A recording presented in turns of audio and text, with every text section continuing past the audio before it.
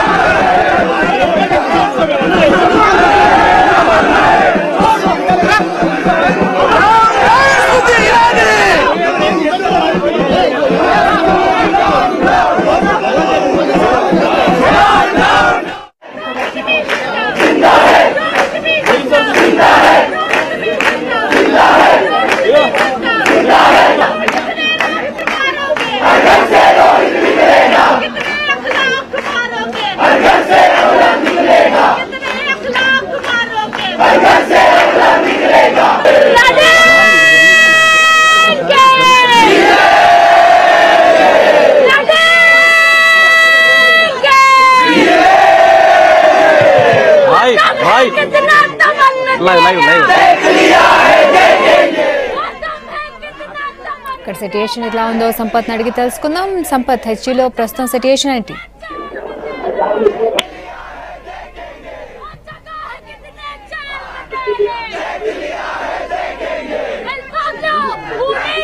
సంపత్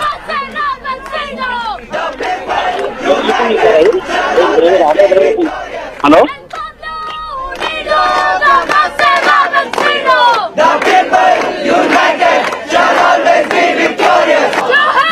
ద్వారాన్ని మొత్తం కూడా విద్యార్థులు ముట్టడించారు. లోపలికి వెళ్లకుండా బయటికి రాకుండా ఎక్కడెక్కడ కట్టడి చేశారు. దాంతో పాటుగా సభాస్థలి దగ్గర ఉన్నటువంటి సెటప్ ఏదైతే ఆ సెటప్ ఇక్కడ పెట్టారు. ఇక్కడే సభను కొనసాగిస్తామంటూ, ఎందుకంటే మెయిన్ గేట్ దగ్గర వస్తున్నటువంటి విద్యార్థి సంఘాల నాయకులు ఉదయం నుంచి అడ్డుకుంటున్నారు కాబట్టి ఇక్కడే సభను ఏర్పాటు చేసుకుంటాం. క్యాంపస్ లోపలికి ఎవరిని రానివ్వడం లేదు కాబట్టి ఇక్కడ ఏర్పాటు చేస్తామంటూ కటౌట్స్ ని ఇక్కడే ఏర్పాటు చేసి, ఇక్కడే సభాస్థలిగా ఏర్పాటు చేసి ఎవరైతే వచ్చినటువంటి వివిధ పార్టీలకు సంబంధించిన వాళ్ళు, అట్లాగే ప్రజా సంఘాలకు సంబంధించిన నేతలు ఇక్కడ సభను ఉద్దేశించి మాట్లాడుతున్నారు.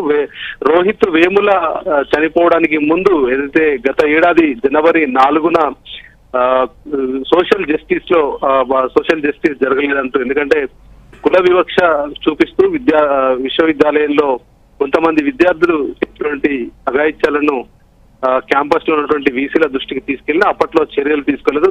దానికి తోడుగా అమాయకమైనటువంటి విద్యార్థుల్ని సస్పెన్షన్ గురి చేశారు. దీంతోనే రోహిత్ వేముల గత ఏడాది అంటే వాళ్ళు మొత్తం కూడా సస్పెన్షన్ అయిన తర్వాత ఒక వెలివాడగా ఒక ఏరియాను ఏర్పాటు చేసుకొని క్యాంపస్ లో నిరాహార దీక్షకు కూర్చున్నారు.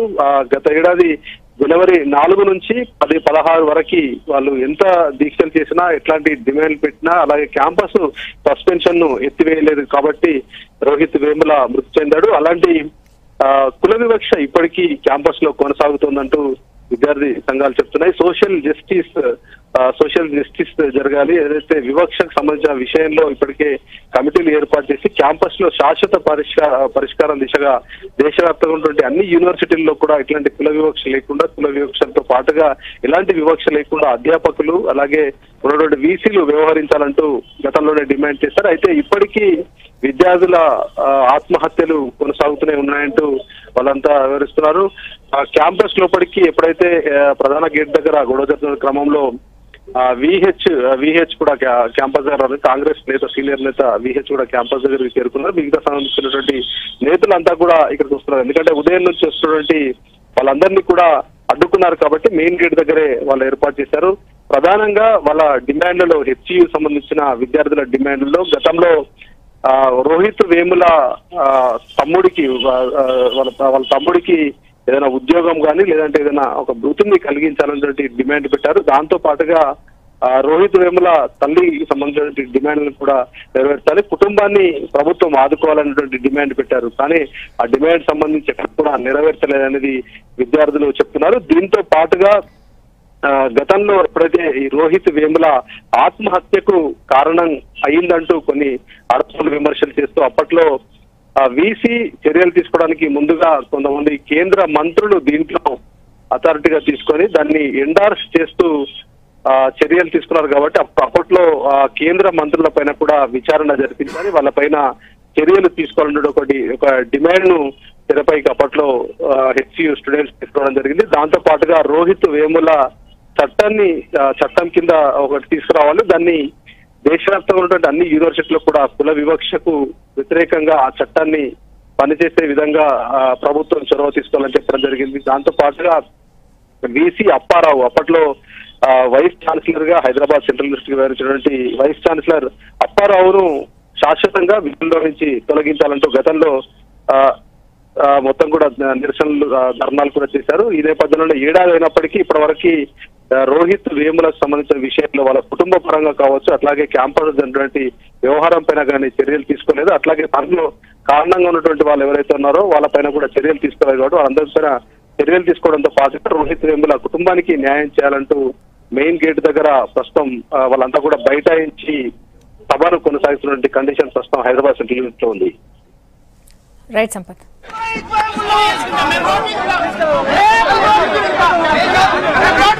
Hey,